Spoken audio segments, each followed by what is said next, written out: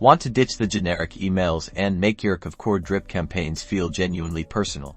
Alright, let's jump right into making your client's name pop in those Kvcore drips. First, head over to the Marketing Autopilot section within your Kvcore dashboard. This is where the magic happens. Next, select the Campaigns tab and choose the drip campaign you'd like to personalize. Click on it to open up the email templates within that campaign. Now, open the specific email template you want to personalize. Look for the area where you want the client's name to appear. Typically, this is at the beginning of the email, like a greeting, or within the body of the message. Here's the key part: Kvcore uses merge tags to pull in client information dynamically. Find the first name merge tag. This is usually represented as something like first name or a similar bracketed term.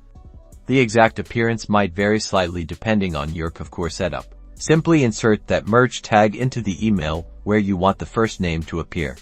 For example, you can type hi, then paste the first name merge tag right after it.